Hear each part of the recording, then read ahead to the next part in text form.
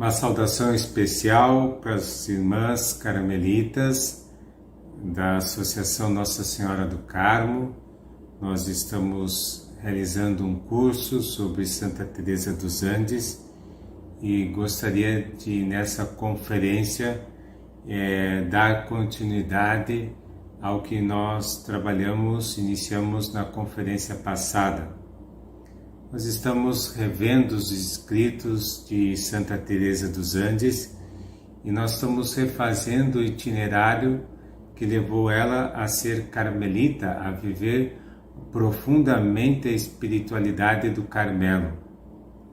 E como eu disse anteriormente, nós estamos deixando que ela mesma nos fale, né? Nós estamos lendo os seus escritos, sobretudo aqui, lendo as suas cartas, onde ela vai dando a conhecer às suas amigas, aos seus familiares, o que ela entende sobre a espiritualidade do Carmelo e o que ela mesma procura vivenciar.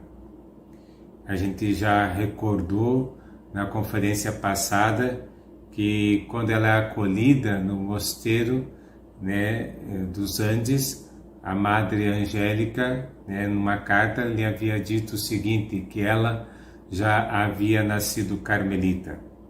Sobretudo, nós entendemos que toda a sua vida, já da infância, foi um itinerário que foi levando a vivenciar profundamente a espiritualidade do Carmelo. E nós fomos, então, na primeira conferência, refazendo esse itinerário e percebendo como o Carmelo foi estando presente implicitamente na vida desta jovem. Agora aqui nós queremos ler alguma das suas cartas para entender a sua doutrina sobre o Carmelo, sua visão sobre o Carmelo, os elementos essenciais que ela entende que compõem a vida de uma carmelita.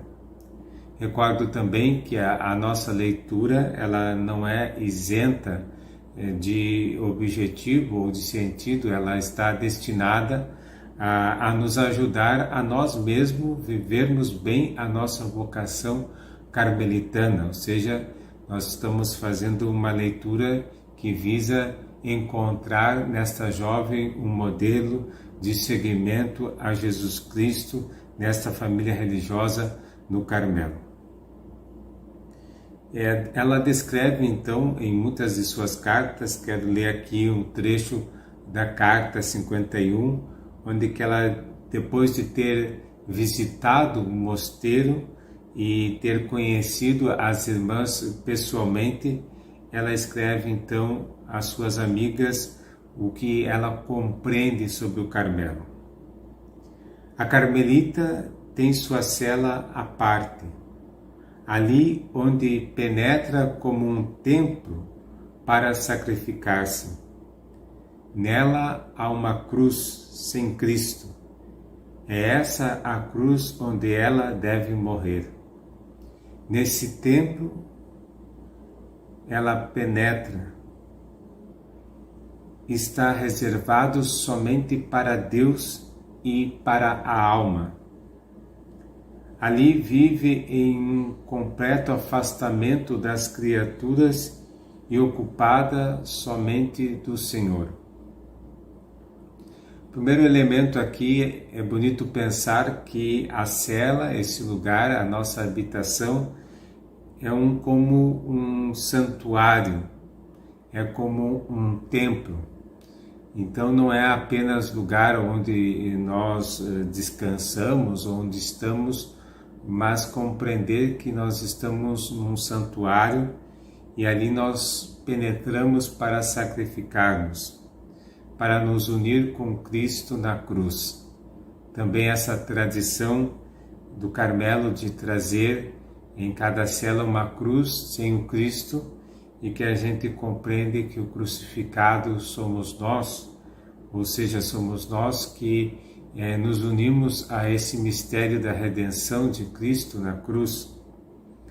É bonito perceber, como já destaquei em outros momentos, mas gostaria que ficasse muito nítido para nós, que a vida da carmelita, na verdade, é uma inserção no mistério da vida de Cristo.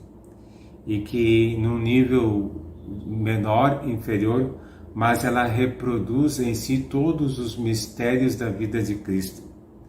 Nesta pequeno fragmento nós vemos como a Carmelita é introduzida nesse mistério da cruz, do sofrimento.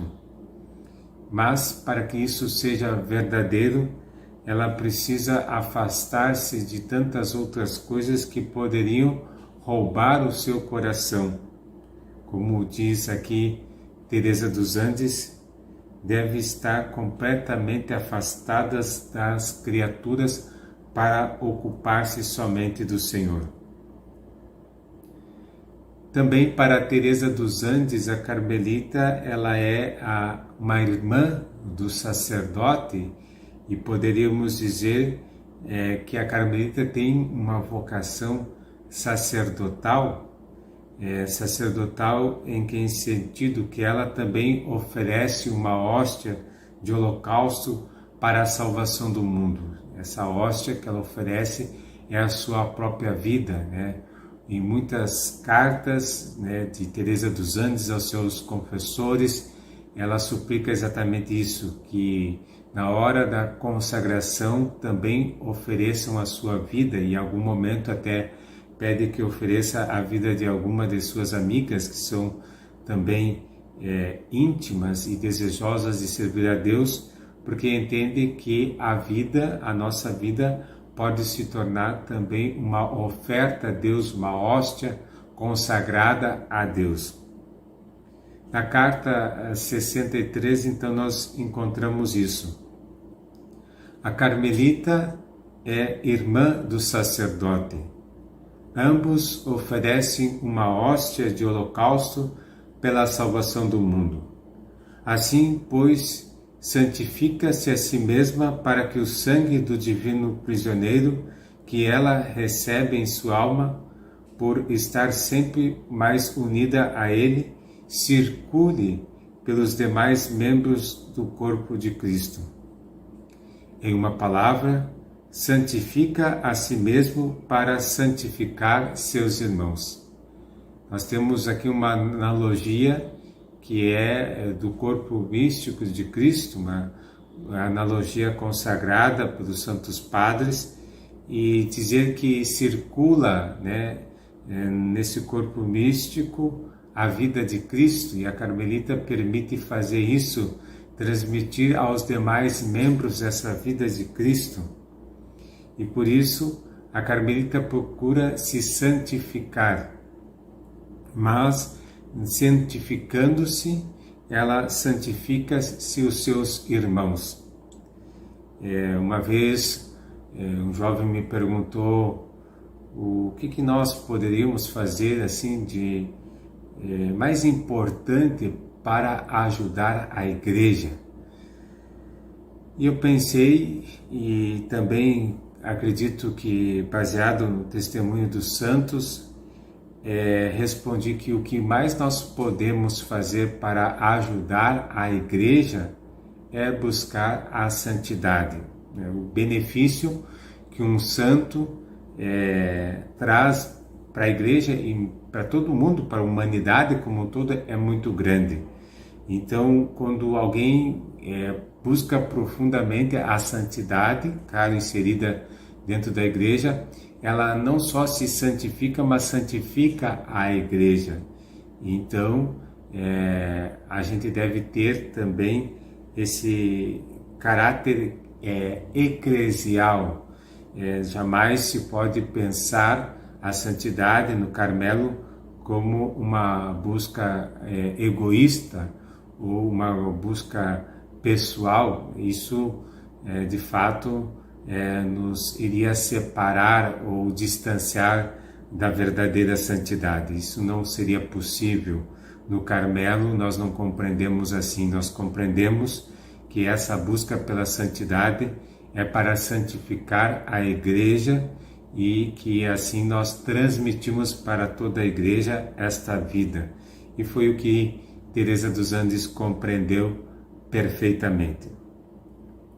No seu diário, no número 58, ela também já havia abordado esse tema da Carmelita que sobe ao Calvário para imolar-se pelas almas. Nós podemos ler no diário, então, no número 58, o seguinte: a carmelita sobe o Calvário, ali imola-se pelas almas. O amor a crucifica, morre para si mesma e para o mundo. Sepulta-se e seu sepulcro é o coração de Jesus, e dali ressuscita, renasce para a nova vida e vive espiritualmente unida ao mundo inteiro. Esse pequeno fragmento é precioso porque fala de toda a dimensão vivenciada pela carmelita, desde esse elemento da renúncia que nós verificamos, de estar distante do mundo, da sociedade, mas que ela tem um sepulcro, e esse sepulcro é o coração de Jesus, que na verdade é a sua morada. Ali a carmelita mora, Quiçá, se todos nós, cristãos batizados, tivéssemos essa consciência de que a nossa morada verdadeira é o coração de Jesus. E que nesse coração de Jesus, então, nós podemos encontrar força, ânimo para toda e qualquer circunstância de nossa vida. Mas também fala dessa dimensão da ressurreição, da vida nova. Se nós recordamos a própria Santa Madre, nesse processo das moradas, nos fala da vida nova em Cristo, Nós temos aí um renascer em Cristo, e também a carmelita aqui, ela acolhe essa vida nova, passa a buscar a vida nova que vem de Cristo.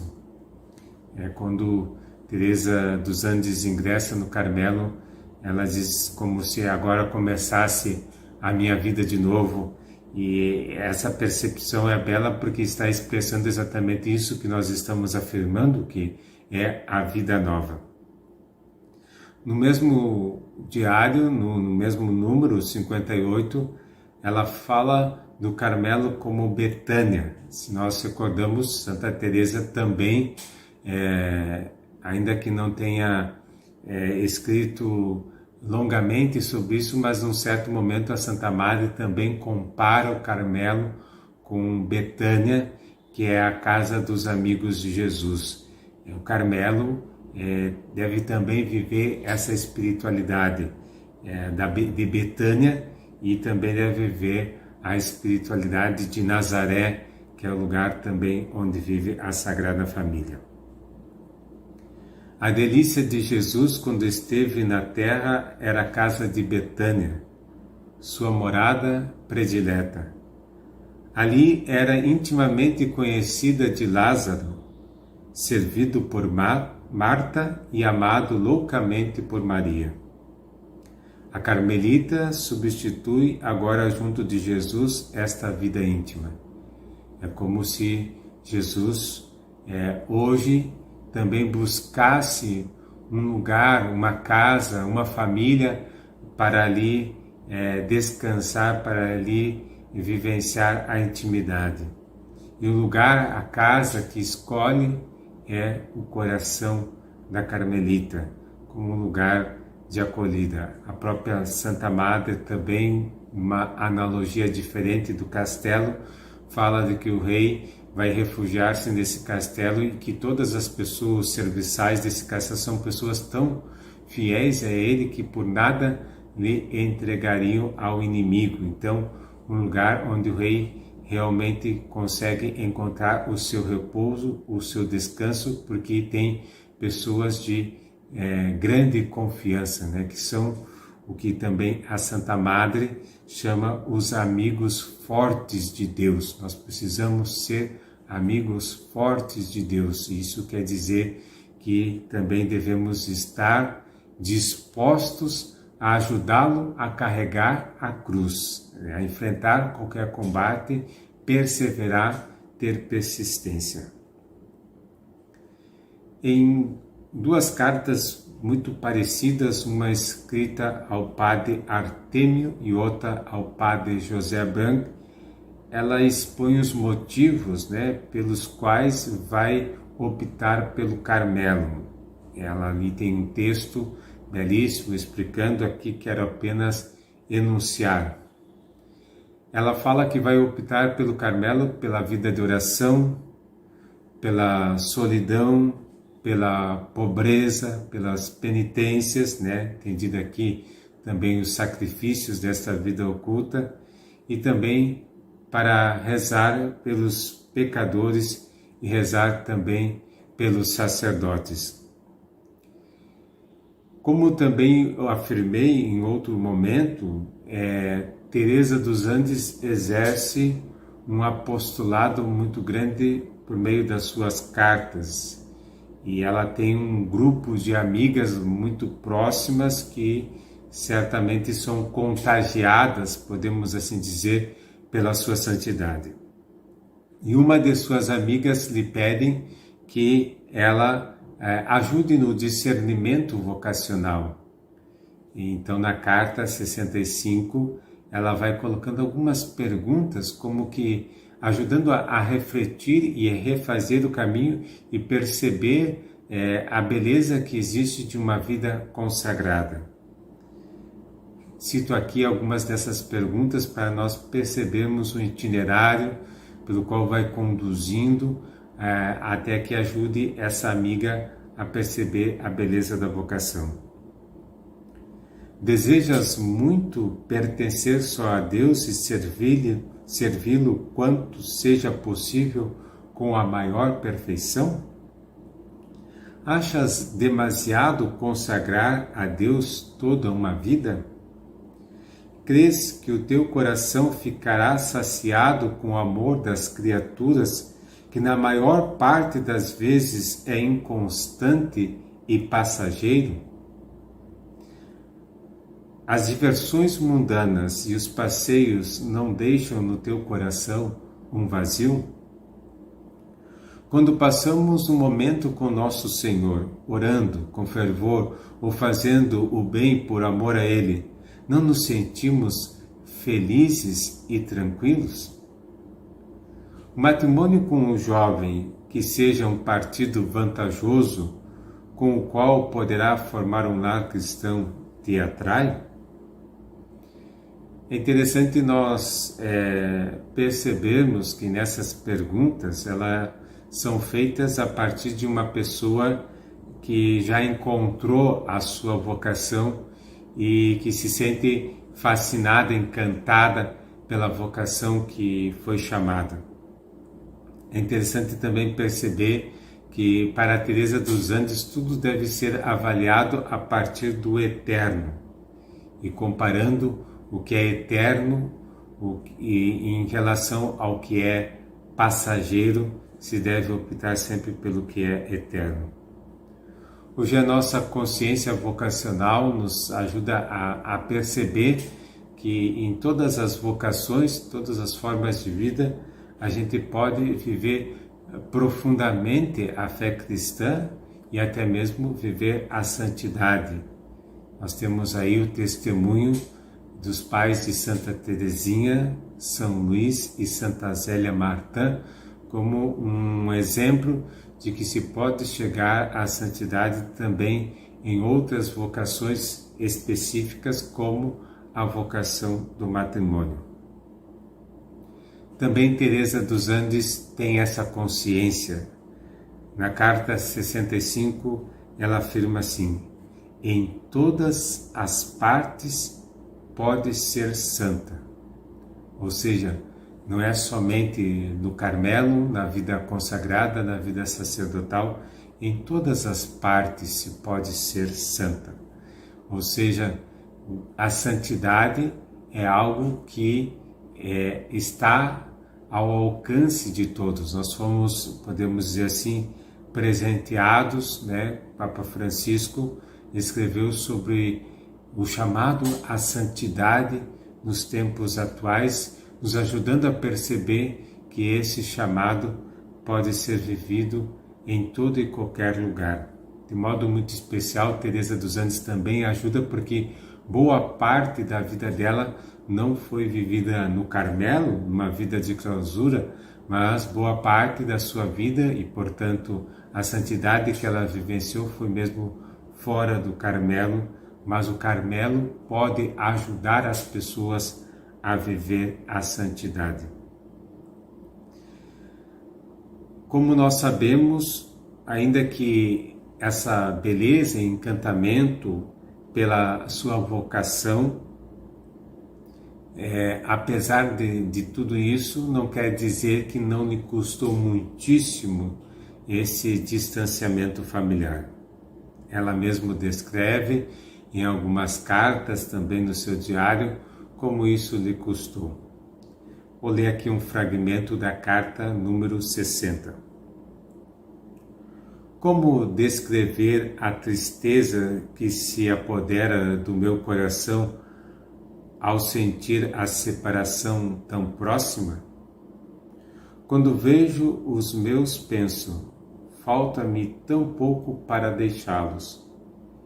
Me parece que a ternura por eles cresce cada vez mais no fundo do meu coração. Mas se os deixo, não é por uma criatura, é por Deus.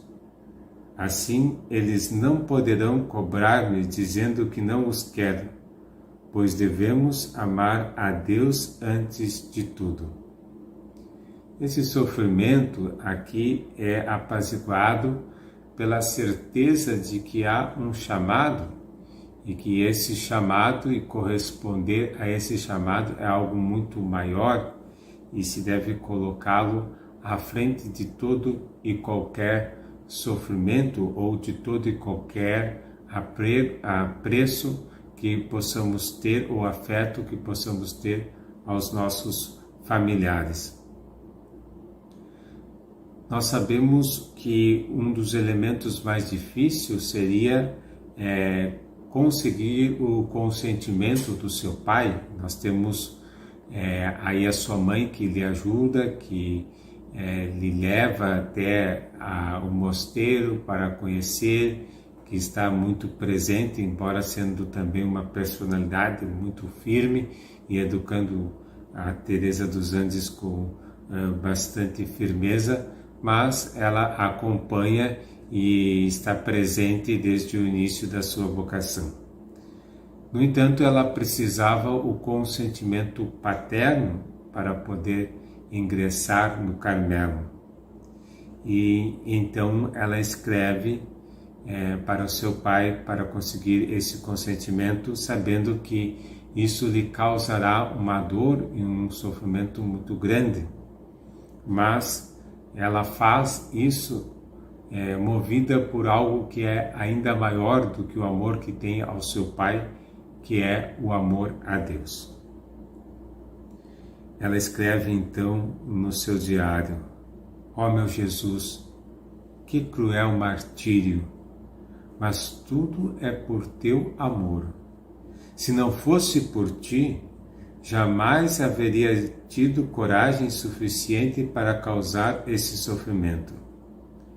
Se não fosse por este amor de Deus, e aqui nós temos algo muito importante de sinalizar, que é o amor de Deus, que é o grande motor, o que move realmente e o que justifica muito das posturas dos santos. A gente não consegue compreender os santos, suas opções, suas condutas, a não ser a partir desse dado, que essas pessoas se sentem realmente amadas por Deus e que querem corresponder ao amor de Deus e que por isso tudo lhes parece pouco, e até a Juanita lhe parece pouco ter que deixar a sua família, embora lhe custe, porque muito maior é este amor de Deus e o desejo de poder corresponder a esse amor.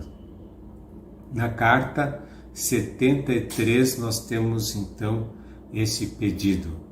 Teresa dos Andes, ela escreve a carta na quarta-feira, envia para que seu pai pudesse receber essa mesma carta no sábado, porque ela havia confiado essa missão a Nossa Senhora, que Nossa Senhora intercedesse e conduzisse a resposta do seu pai.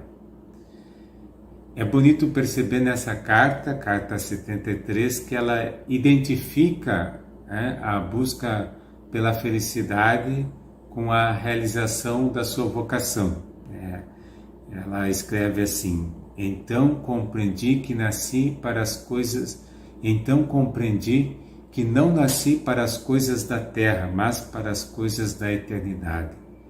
Só em Deus meu coração tem descanso. Com Ele, minha alma se sente plenamente satisfeita e de tal maneira que não desejo outra neste mundo que lhe pertencer por completo. Essa percepção de que a sua alma sente aqui plenamente satisfeita e de que por isso não deseja outra coisa a não ser pertencer totalmente a Deus. Nessa, como em outras cartas, como na carta também que me parece muito significativa, que é a carta 81 ao seu irmão Lúcio, quando Teresa dos Andes vai argumentar a respeito da sua vocação para poder convencer ou seu pai, ou mesmo para convencer o seu irmão Lúcio, ela sempre faz uma reflexão que vem desde da antropologia, que é a busca do ser humano. O que o ser humano busca, afinal? O que o ser humano almeja no sentido último? E nós sabemos, o ser humano almeja a felicidade. E ela vai dizendo como ela não consegue ou não encontra a felicidade nessas coisas aqui da terra, que seriam as coisas onde comumente uma pessoa encontra satisfação. Para ela, que já tem o seu coração cativado por Deus desde a infância, a sua verdadeira alegria e sua felicidade estão nas coisas do céu.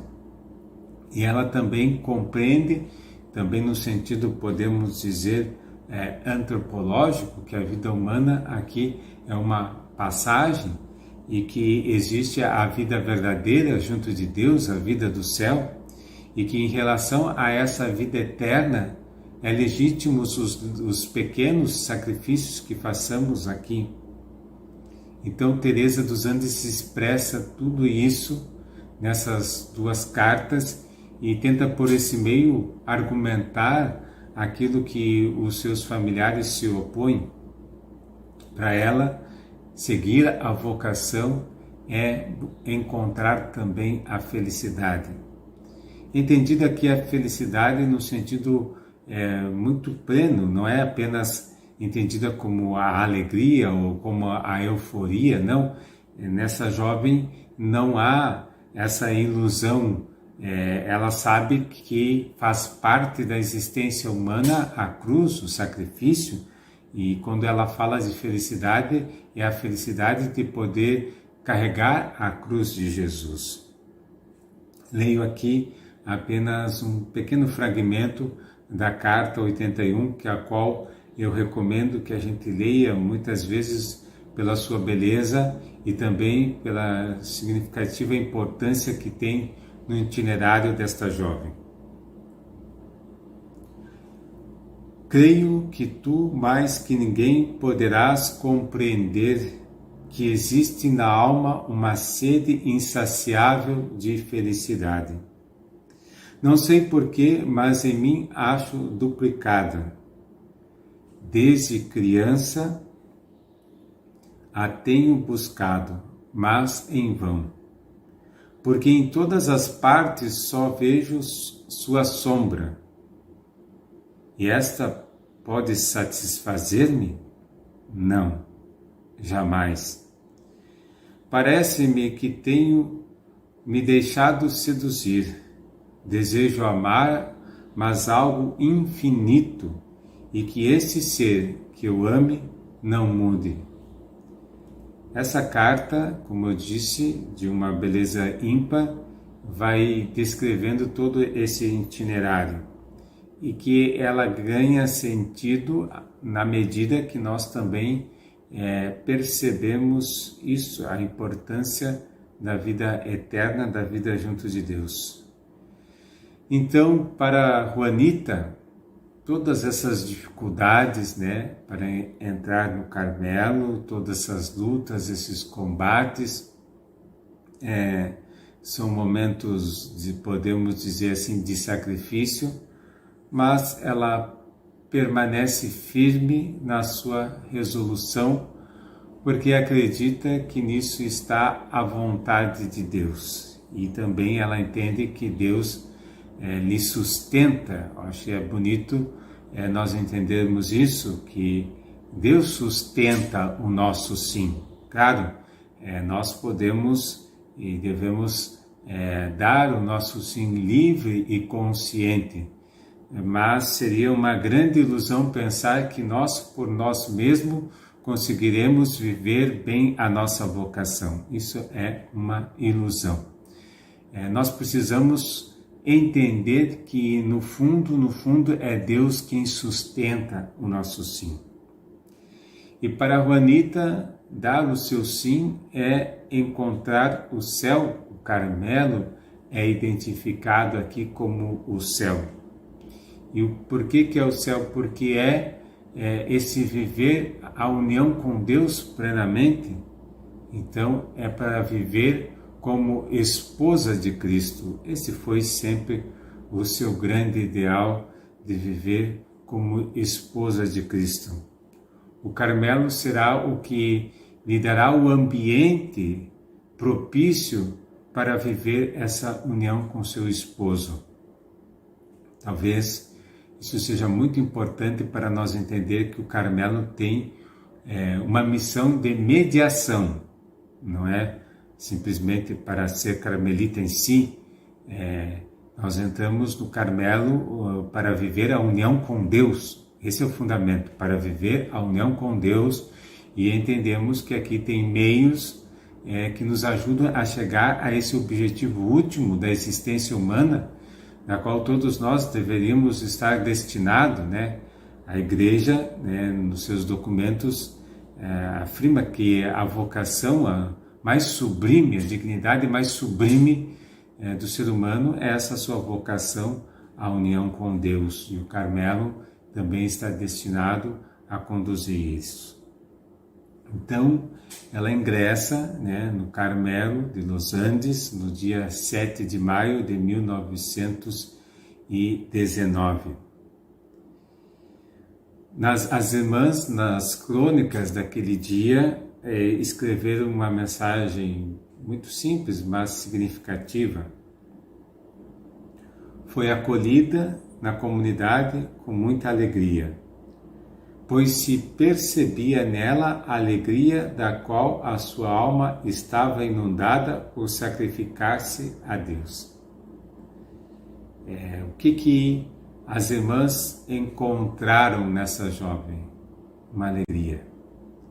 Talvez aqui seja interessante nós recordar o que ela também diz em uma das suas cartas, que Deus é alegria infinita. E que essa alegria infinita que é Deus, ela também transparece na nossa vida à medida que nós encontramos o verdadeiro sentido para a nossa existência, à medida que nós vamos nos doando eternamente a Deus, nós vamos encontrando essa alegria. As monjas que acolheram Teresa dos Andes perceberam. Já dentro do Carmelo, ela começa então a dar como que testemunho da vida carmelitana. Ela escreve na carta 97 à sua mãe: Mamãe, cada dia que passa sou mais feliz. Não sei como retribuir a nosso Senhor tanto amor, tanta bondade para com uma criatura que só merece ser aniquilada. É uma atmosfera de paz e alegria tão imensa em que me acho mergulhada. E ao mesmo tempo, parece-me que já estou na eternidade, no imutável. Tais são as sensações que a união com Deus produz em minha alma. Percebemos aqui o testemunho de quem ingressa no Carmelo e encontra uma atmosfera de paz e alegria. E que essa paz e essa alegria provém do quê? da união com Deus. Existe então, ao meu modo de ver, um elemento interno para fazer essa experiência de paz e alegria, e existe um elemento externo. O interno é a sua própria busca, a sua própria espiritualidade, a sua entrega, e o elemento externo é a comunidade. Ela encontra também uma certa ressonância daquilo que ela vive também na comunidade. Lembramos que essa jovem pôde conhecer um outro Carmelo em Santiago e que esse outro Carmelo não trouxe as mesmas sensações e o mesmo impacto que esse Carmelo de Los Andes trouxe para a vida dela, para nós perceber que também a comunidade tem uma missão, e a missão é de criar essa atmosfera em que as pessoas possam desenvolver-se plenamente, onde a santidade possa desenvolver-se plenamente. Na carta 97, ainda nessa mesma carta, é a fala desse viver na presença de Deus. Para mim é um dos elementos mais característicos da espiritualidade do Carmelo. Se nós pegamos toda a trajetória, desde o nosso pai, o profeta Elias, vive Deus em cuja presença estou. E se nós pegamos a Santa Madre, nessa amizade com Cristo e estar em toda parte amando, nós também encontramos aqui a presença de Deus. E se nós pegamos também o Santo Padre, encontramos os mesmos elementos, e Santa Teresinha os mesmos elementos, e nós encontramos também aqui em Teresa dos Andes o mesmo elemento da presença de Deus. Então ela afirma: tudo no Carmelo está impregnado da sua divina presença. Nós o respiramos, por assim dizer, em tudo. Esqueço-me de que estou na terra, o Carmelo é o meu céu. Essa presença de Deus que em alguns momentos, uma consciência que nós vamos tomando, mas que em outros momentos nós somos tomados por essa presença de Deus como algo divino que nos abarca, Nós somos como invadidos pela presença de Deus. É um pouco, acredito, que seja o que vivencia Teresa dos Andes, não apenas que ela buscava estar consciente de que estava na presença de Deus, mas por uma graça especial, uma graça mística, ela se sente invadida pela presença de Deus de tal modo que ela diz, é como se nós pudéssemos respirar a Deus. No diário ela escreve: há 8 dias estou no Carmelo, 8 dias do céu. Sinto de tal maneira o amor divino que há momentos em que creio que não vou resistir. Esse amor não é uma teoria, Esse amor é algo tão forte e que ela diz, bom, nem sei se vou conseguir resistir a esse amor. E em outros momentos ela diz assim, como é que nós não nos enlouquecemos por amor, Como nós não perdemos a razão por receber tanto amor, como nós não nos deixamos invadir por esse amor. A sua grande amiga Elisa, nós temos aqui várias correspondências dessa amizade, Essa amiga, ela também tem desejos de fazer-se carmelita, mas ela no momento não consegue concretizar e não poderá concretizar esse sonho de ser carmelita. Mas para ela, Teresa dos Anjos diz, olha, você também pode ser carmelita no mundo. Você também pode viver essa espiritualidade no mundo. Você também pode viver esta união com Deus no mundo. Penso que agora tua missão é no meio dos teus, junto do teu Pai. Entretanto, pode ser carmelita no mundo. Deus quer que o sejas. Ele te dará a força e a graça de que necessitas para sê-lo. Bonito que essa jovem já tem aqui a consciência de que posteriormente nós fomos tomando consciência da importância de que esse carisma, de que essa espiritualidade não é apenas para frades e monjas, que esse carisma, essa espiritualidade é para toda a igreja e para muitos leigos que vivem no seu matrimônio e que podem viver essa união com Deus, essa presença de Deus também no cotidiano. O importante é que nós tenhamos essa consciência e que a gente ajude aqueles que fazem parte do cotidiano dos nossos conventos, daquelas benfeitores, aqueles amigos, aqueles fiéis que participam conosco, de que eles entendam que podem viver profundamente a espiritualidade do Carmelo. Como também já afirmei em outros momentos, quero salientar aqui que a vida da Carmelita, ela está introduzida no mistério da vida de Jesus, mas também está introduzida na vida de Nossa Senhora, de tal maneira que ela faz essa bela afirmação: a Santíssima Virgem foi uma perfeita carmelita. Veja bem, a Santíssima Virgem foi uma perfeita carmelita. Essa identificação do Carmelo com Maria, que é algo realmente que se encontra desde as nossas raízes, É como se Teresa dos Andes, se queres encontrar uma carmelita perfeita, olhe para Nossa Senhora. Essa é a sua percepção.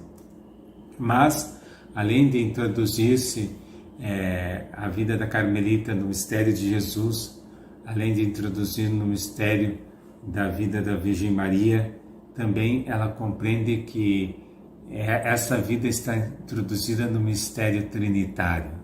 Nós sabemos a influência que tem Elizabeth da Trindade na espiritualidade de Teresa dos Andes, mas nós sabemos também que aqui tem uma vivência profunda. Eu gostaria de ler a carta 101, onde ela vai mostrando como ela vivencia este mistério trinitário, como a Carmelita é colocada dentro desse mistério trinitário. E eu acho que isso ajuda muito a gente compreender a nossa vida a partir desse mistério. Escreve ela: vivamos completamente mergulhadas em Deus. Eu te direi o que faço nesse sentido. Considero a minha alma um céu onde reside a Santíssima Trindade, a quem não posso olhar nem penetrar porque a considero um foco imenso, infinito de luz. Bem perto, no centro desse foco, represento-me a Santíssima Virgem, Virgem Imaculada de luz e de amor.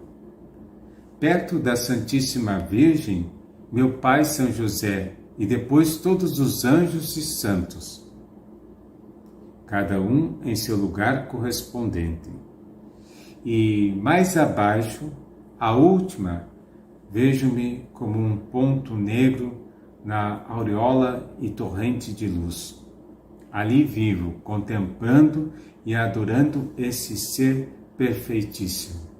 É como se a Carmelita tivesse diante dos seus olhos esse mistério trinitário e ali contemplasse continuamente a vida da Trindade.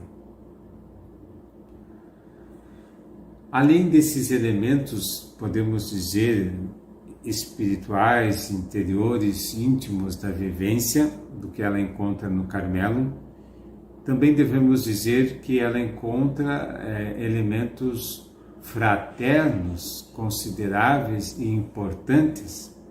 Ela encontra uma comunidade muito simples, muito pobre, uma comunidade muito alegre também, mas uma comunidade que está muito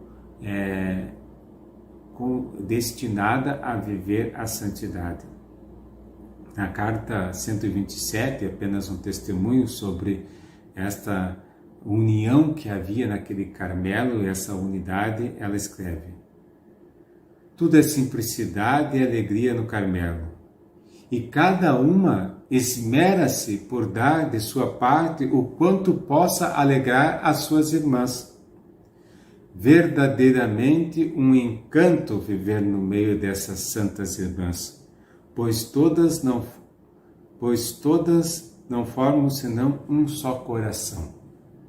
Como nas primeiras comunidades, nós temos aqui o testemunho de que há uma comunidade unida, uma comunidade que busca a santidade, uma comunidade alegre, uma comunidade que se destina inteiramente para Deus. Nos primeiros meses do Carmelo, já Teresa dos Andes vai compreendendo que a sua vida vai ser muito breve. Na carta 106 ela escreve: a vida é breve como um suspiro e logo estaremos na eternidade. A vida é breve como um suspiro e logo estaremos na eternidade. Sabendo que permanecerá pouco tempo na terra, ela se entrega com muita generosidade ao seu esposo e vivencia cada coisa, cada elemento do Carmelo. São muitas cartas, né? A Madre Angélica lhe dá a permissão de corresponder-se tanto com a sua família como com as suas amigas, sabendo do bem que ela produzia por meio das cartas. E nós temos aí um testamento riquíssimo. Aliás, aproveito aqui para dizer, né, que é muito importante que as vocacionadas, as irmãs que vão ingressando, né, no Carmelo, tivessem contato com as cartas de Teresa dos Andes, porque nós temos aqui um material belo, rico e profundo e ao mesmo tempo também acessível. Aqui não nos é permitido entrar mais a fundo, mas essa vida totalmente entregue a Deus, que foi uma vida muito breve, era o fruto que já estava maduro e que Deus colheu. Ela, em algum momento, havia feito essa afirmação: quando o fruto está maduro, se desprende sozinho do pé. E parece que aqui o Senhor veio, viu, encontrou uma alma madura e colheu para si e trouxe para si. E, de fato, essa irmã Teresa de Jesus, para nós, Santa Teresa dos Andes, ela falece no dia 12 de abril de 1920, tendo a idade aí de 19 anos e alguns meses e apenas 11 meses no Carmelo. O fruto maduro que Deus colheu e que levou para si e que continua hoje nos ajudando a viver plenamente a nossa vocação de carmelitas. Que Santa Teresa dos Andes nos ajude e impulsione a cada um de nós a viver com profundidade a sua vocação. Que Deus abençoe a cada um de nós.